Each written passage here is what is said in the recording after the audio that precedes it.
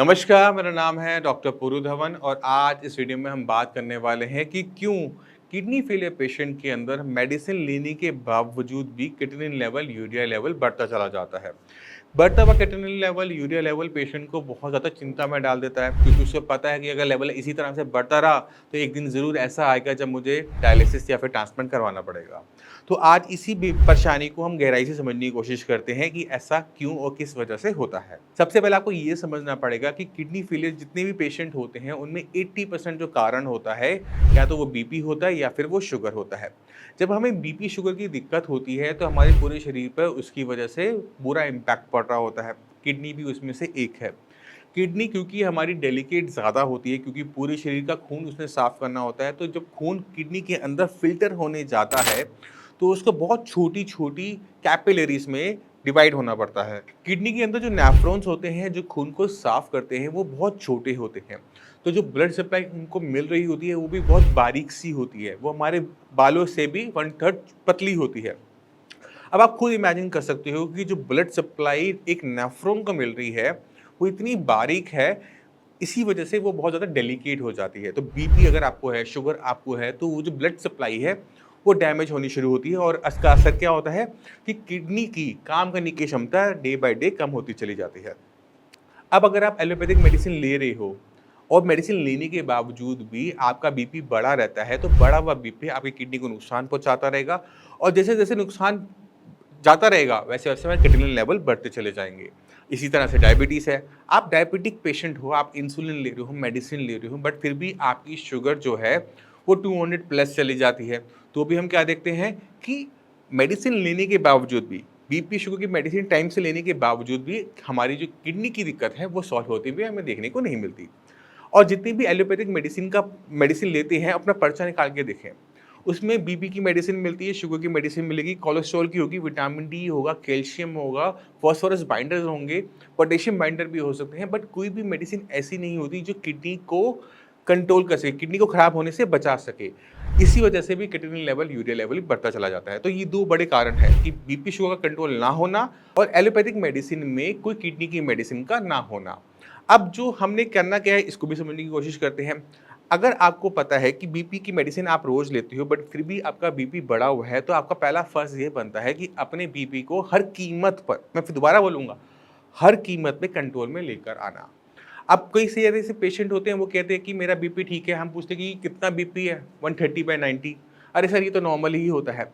तो आपको समझने की ज़रूरत ये है कि 120/80 एमएम ऑफ एचजी, ये जो हम सुनते हैं कि 120/80 जो बीपी है, ये एवरेज ब्लड प्रेशर होता है किसका? हेल्दी इंडिविजुअल्स का। यानी अगर हम 100 लोगों का ग्रुप बनाते हैं, 100 लोगों का हम ग्रुप लेते हैं, उसमें सब हेल्दी हैं, परफेक्टली हेल्दी हैं।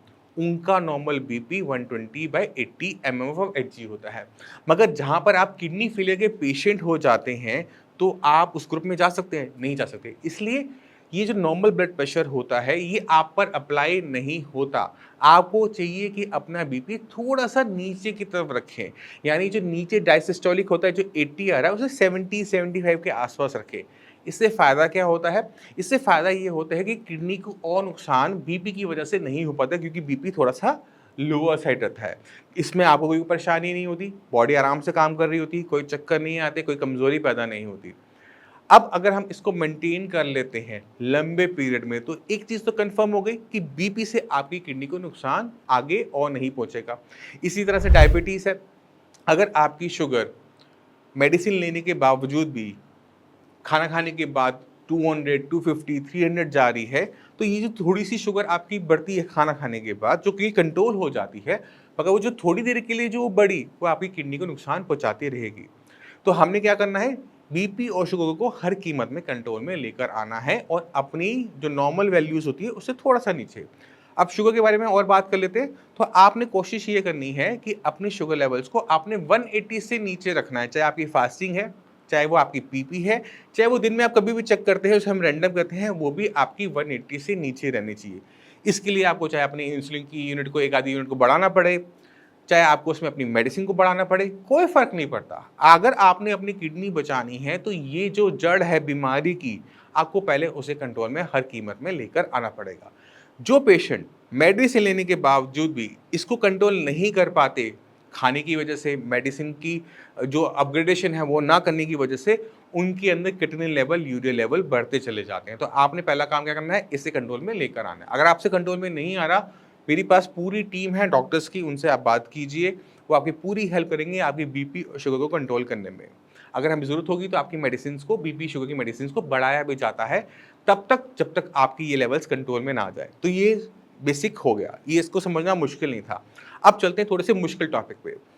एक बार जब किडनी के अंदर या बॉडी में कहीं पर भी थोड़ा बहुत सेल्स मर जाते हैं ना, तो वो क्या करते हैं, अपने साथ वाले को भी मारते रहते हैं। इसी वजह से जितने भी सीकेडी पेशेंट्स होते हैं उन्हें कहा जाता है कि आपकी बीमारी सेल्फ प्रोग्रेसिव है, यानी अपने आप बढ़ने वाली बीमारी है। बीपी शुगर आपका ठीक भी होगा तो भी आपकी किडनी की दिक्कत आगे चलती रहती है, बढ़ती रहती है, क्योंकि अब मान लो कि मेरा पड़ोसी है, ठीक है, उसको कुछ हो गया तो उसका अच्छा बुरा मुझे भी होता है, उसको नुकसान हुआ तो मुझे भी थोड़ा बहुत नुकसान होना शुरू होता है। जब उसका नुकसान मेरे तक गया तो आगे जाना शुरू होता है, क्योंकि क्या होता है, सेल्स आपस में चिपक के बैठे हुए होते हैं। तो आप डायग्राम पे देखिए, ये जो सेल्स है आपस में एक साथ लगे हुए हैं ना, ईंटों की तरह आपस में लगे हुए हैं। अब यहाँ पर ब्लड जो सप्लाई है वो दूर होती है। अब ब्लड सप्लाई में जो खाना आ रहा है, ऑक्सीजन आ रहा है, नीचे तक, दूर तक, सेल्स तक वो कैसे जाता है, कभी आपने सोचा है? आपने कभी सोचा नहीं होगा। मैं आपको थोड़ा सा एग्जांपल देता हूँ। जो सेल्स ब्लड सप्लाई के पास हैं वो तो डायरेक्टली ले लेते हैं। जो सेल दूर हैं उनमें क्या होता है कि जो पास वाला सेल है वो आगे वाले सेल को पास करता रहता है। जैसे हम गेम खेलते थे पास में पास, वैसे ही पास में पास सेल्स के बीच में चलता है, खाने का भी और वेस्ट मटेरियल का भी। वेस्ट मटेरियल भी है वो वहाँ से लेके ब्लड सप्लाई में डालेंगे और खाना वहाँ से लेकर वो आगे पास करते हुए सारे सेल्स को डिस्ट्रीब्यूट करेंगे। अब आप ये सोचो कि अगर बीच के रास्ते में कहीं पर एक सेल का, एक जो सेल्स है वो डैमेज हो जाए तो क्या होगा कि ये जो जो फूड सप्लाई चेन है वो डिस्टर्ब हो जाएगी। फूड सप्लाई चेन डिस्टर्ब हो गई, ऑक्सीजन की सप्लाई डिस्टर्ब हो गई, इसी वजह से वहाँ के सेल्स भी वीक होना शुरू होते हैं और हमें रिजल्ट क्या देखने को मिलता है कि बीमारी आगे बढ़ना शुरू हो गई। तो हमारा फ़र्ज़ क्या बनता है ऐसे केसेस के अंदर? हमारा फ़र्ज़ बनता है कि अब हमें पता है कि हमारे जो सेल्स हैं वो मर रहे हैं, किसकी वजह से? ऑक्सीजन प्रॉपर ना मिलने की वजह से, फूड सप्लाई चेन प्रॉपर ना होने की वजह से। हमने इन बॉडी में एक्स्ट्रा फूड और न्यूट्रिशन को डालना होता है, जिससे ये जो डेफिशिएंसी बन रही है वो कम हो सके। उससे क्या होता है कि बीमारी रिटार्ड कर जाती है, वो आगे बढ़ना बंद कर देती है। और हमें क्या रिजल्ट देखने को मिलता है कि अगर क्रिएटिनिन लेवल आपका 4 है तो वो 4 पे लंबे टाइम टिका रहता है, मगर ये खाना बंद करने से नहीं होता। क्योंकि जितने भी पेशेंट आते हैं उनमें 50% पेशेंट क्या गलती कर रहे होते हैं कि वो क्रिएटिनिन डाउन करने के लिए खाना पीना छोड़ देते हैं, या तोरी टिंडा उबाल के ले रहे होते हैं, या फिर पूरी फ्रूट डाइट पर होते हैं, क्योंकि किसी नेचुरोपैथिस्ट ने कह दिया कि आपने सिर्फ फ्रूट डाइट पे रहना है। ये सबसे बड़ी गलतियों में से साबित होता है। क्यों? क्योंकि बॉडी के अंदर प्रोटीन नहीं जा रहा होता। अब बॉडी जो हमारी पूरी बनी हुई है, जो भी आप देख रहे हो, नाखून देख रहे हो, आंख देख रहे हो, बाल देख रहे हो, ये सब कुछ प्रोटीन का ही बना हुआ है। अगर आपने सेल को ताकत देनी है तो उसमें जो बॉडी के अंदर एंजाइम्स बनने हैं, हार्मोन्स बनने हैं, ये सब प्रोटीन से बन रहे हैं। हमारा जो हीमोग्लोबिन है, हमारा जो खून है, वो भी प्रोटीन से बन रहा है। तो अगर किसी भी रीज़न से कोई भी फिजिशियन किसी भी पेशेंट का, सीकेडी पेशेंट का खाना बंद करवा देता है या खाना इतना कम करवा देता है कि वो बॉडी की सर्वाइवल के लिए लायक नहीं है, तो बॉडी में डेफिशिएंसीज पैदा होनी शुरू हो जाती है। तो सबसे पहली कमी आपको क्या देखने को मिलेगी कि आपके पैरों में सूजन आनी शुरू हो गई, पानी भरना शुरू हो गया।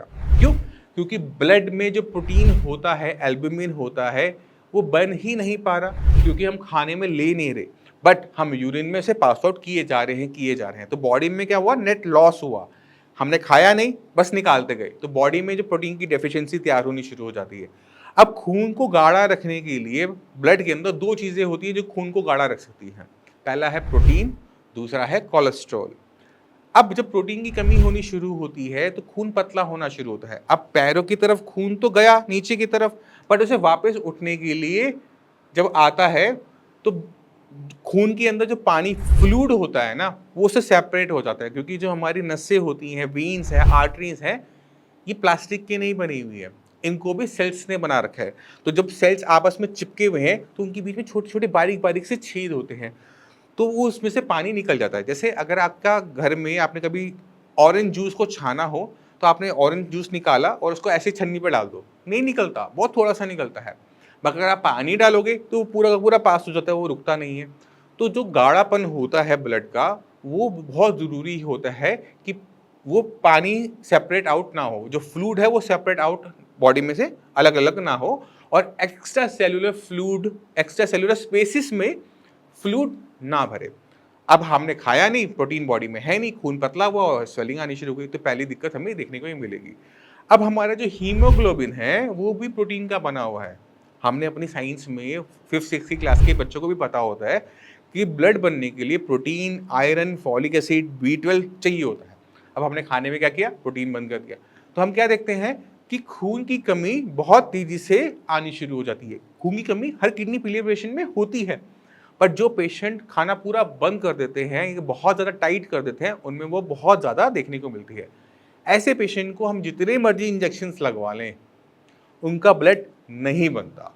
उनको जब तक हम खाने पे नहीं डालते, तब तक उनका ब्लड नहीं बनता। तो ये हमने कभी भी नहीं करना कि अपना खाना-पीना बहुत डाइट कर लेना है, क्योंकि इससे कॉम्प्लिकेशंस और बढ़ रही है ना, स्वेलिंग आ गई, खून नहीं बढ़ रहा, और क्रिएटिनिन, अब हम सुनते हैं कि इससे क्रिएटिनिन डाउन हो जाएगा, उस पर भी हम एक बार बात कर लेते हैं। हमारी बॉडी में क्रिएटिनिन हमारी मसल्स में बनता है, तो अगर हम खाने में बहुत कम कर देते हैं, प्रोटीन इंटेक नहीं करते, या हम खाना बहुत टाइट कर देते हैं, तो क्या होता है कि हमारा फूड इंटेक कम हो जाता है।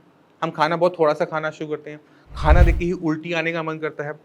पेशेंट ऑलमोस्ट पूरा-पूरा दिन बुखार आना शुरू कर देता है। अब होता क्या है कि बॉडी का जो वेट है, वो डाउन होना शुरू हो जाता है। बॉडी पहले मान लो कि 80 किलो की थी, 1 महीने बाद वो 75 किलो की हो जाती है, और जो 5 किलो वेट निकला वो कहाँ से निकला? वो 5 किलो वेट निकलता है हमारी मसल्स से। अब जब हमारी मसल्स का वेट डाउन होता है, मांसपेशियां कम हो जाती हैं, तो जब कम मांसपेशियां हैं तो वो कम क्रिएटिनिन बना पाती है। तो आपकी रिपोर्ट्स में क्या होता है कि हर 5 किलो के ऊपर तकरीबन आधा पॉइंट से लेकर 1 पॉइंट तक क्रिएटिनिन नीचे आ जाता है। अब आपको समझने की जरूरत यह है कि आज आपकी उम्र 40 साल है, क्या अगले 40 साल तक आप अपने इसको खाने को इस तरह से चला पाओगे? क्योंकि ये बीमारी खत्म नहीं होगी, ये बीमारी आपके साथ रहेगी, बट अगर आप खाना नहीं खाओगे तो बाकी शरीर में जो अंग है ना, वो जरूर खराब हो जाएंगे। जो आपने 20-30 साल आपके शरीर ने आपका साथ देना था, वो अगले 2-3 साल में ही खत्म हो जाएगा। किडनी जो बीमार है उसे खाना नहीं मिला, जो किडनी के अंदर सेल्स थे उनको खाना नहीं मिला क्योंकि आपने खाया ही नहीं, तो वो और तेजी से मरना शुरू कर देते हैं। ऐसे में क्या होता है कि क्रिएटिनिन लेवल जो पहले 2 महीने में नीचे गया था, जो आपका मान लो कि क्रिएटिनिन लेवल 4 था, आपने खाना बहुत टाइट किया, वो 2.5-3 तक नीचे चला गया, वो वापस आएगा, बट अब वो 4 पे आके नहीं रुकेगा, अब वो सीधा ही 8-9 के लेवल पर जाएगा। क्यों? क्योंकि बॉडी में अब कुछ बचा ही नहीं है। अब आपको डॉक्टर कहेगा कि आपको डायलिसिस करवाना है। अब डॉक्टर के पास जब डायलिसिस करवाने जाओगे, डॉक्टर कहेगा कि मैं कैसे करूं, आपके शरीर में दम ही नहीं, आपकी बॉडी में ब्लड ही नहीं, आपकी बॉडी में फेफड़ों में पानी भर रहा है, आपके शरीर। तो ऐसी कॉम्प्लिकेशंस हमें पैदा नहीं करनी होती। आपको समझने की जरूरत है कि आपने फूड का प्रॉपर इनटेक करते रहना होता है। ये जो खाना बंद करके क्रिएटिनिन डाउन करना, ये ट्रिक सारे डॉक्टर्स जानते हैं, आप नहीं जानते हैं। हमने खाना किसी भी कीमत में बंद नहीं करना होता। अगर हम खाना पूरा बंद कर देंगे तो हमारी बॉडी सर्वाइव नहीं कर पाएगी। अगर आपकी उम्र आज 40 साल है तो अगले 40 साल आप जो खाना खा रहे हो उस पर सर्वाइव नहीं कर सकते। आपको एक अल्टरनेट प्लान बनाना पड़ेगा, आपको सोचना पड़ेगा कि मुझे क्या करना है। आपकी बॉडी जितनी वीक होती चली जाएगी, जितनी कमजोर होती चली जाएगी, उतनी ही परेशानियां आपकी बढ़ती चली जाएगी। अब दो पेशेंट को इमेजिन करने की कोशिश करो। एक पेशेंट जिसने अपना क्रिएटिनिन को 2-3 पॉइंट नीचे खाना बंद करके गया है, पहले वो ठीक था बट क्रिएटिनिन लेवल थोड़ा सा ज़्यादा था। अब क्रिएटिनिन लेवल कम है बट वो बेड से उठ नहीं पाता क्योंकि वो खाना खा नहीं पा रहा। दूसरा पेशेंट जहाँ पे क्रिएटिनिन लेवल 2 महीने पहले जितना था आज भी उतना है, बट पेशेंट पूरी तरह से एक्टिव है। अपने आप को इमेजिन करो कि आप कौन सी कंडीशन लेना चाहोगे। अगर आपको लगता है कि आप पूरा टाइम, पूरी जिंदगी बिस्तर पर काटना चाहते हो तो आप कर सकते हो, मैं मना नहीं करता। मगर अच्छा पेशेंट क्या करता है, अच्छा पेशेंट को समझ में आ जाता है कि ये जो परेशानी मेरी है, ये मेरी पूरी ज़िंदगी चलनी है, मेरी बंद नहीं होनी। अगर मैं खाना बंद करूँगा तो मेरे ऑर्गन्स और भी ख़राब होंगे, बॉडी में वीकनेस जनरेट होगी और कॉम्प्लिकेशंस पैदा होंगी जो मुझे नहीं चाहिए। किडनी अगर पूरी भी ख़राब हो जाए ना, तो भी आपके पास अल्टरनेट वेज होते हैं, डायलिसिस है, ट्रांसप्लांट है, और मैं कभी इसके लिए मना नहीं करता। मगर आपको समझने की ज़रूरत है, अगर आप अपनी बॉडी को इतना वीक कर लोगे कि ट्रांसप्लांट का ऑप्शन बंद, डायलिसिस का ऑप्शन बंद, तो डॉक्टर्स के पास ऑप्शन क्या बचेगा? आपके पास क्या ऑप्शन बचेगा? कोई भी नहीं। तो खाना खाना इसलिए किडनी फेलियर पेशेंट में बहुत ज़्यादा ज़रूरी हो जाता है। तो मैं उम्मीद करता हूँ इस वीडियो से आप 2 बड़ी बातें समझ गए। पहला, दवाई लेते रहने के बावजूद भी क्रिएटिनिन लेवल क्यों बढ़ता है और खाना बंद करने के से किस तरह से क्रिएटिनिन आपका पहले गिरता है और फिर वो बढ़ता है, और इसमें बहुत टाइम नहीं लगता, सिर्फ 2-3 महीने में ये चीज़ें दिखनी शुरू हो जाती हैं। तो वापस घूम के अपने पुराने टॉपिक पे चलते हैं जिसमें हम बात कर रहे थे कि मेडिसिन लेने के बावजूद क्यों क्रिएटिनिन लेवल बढ़ता चला जाता है। तो हमने ये तो बात कर ली कि मेडिसिन लेने के बावजूद क्यों लेवल बढ़ता चला जा रहा है, क्योंकि बीपी शुगर कंट्रोल में नहीं होते। अगर हम इसे कंट्रोल में कर लें तो हमने आगे क्या रास्ता बनाना होता है। तो आपने अपनी किडनी को समझ लिया, काफ़ी हद तक आपको क्लियर हो गया होगा। तो हमने किडनी को अब ताकत देनी है, ढंग से खाना खाना है, तो उसको प्रॉपर न्यूट्रिशन मिलता रहेगा।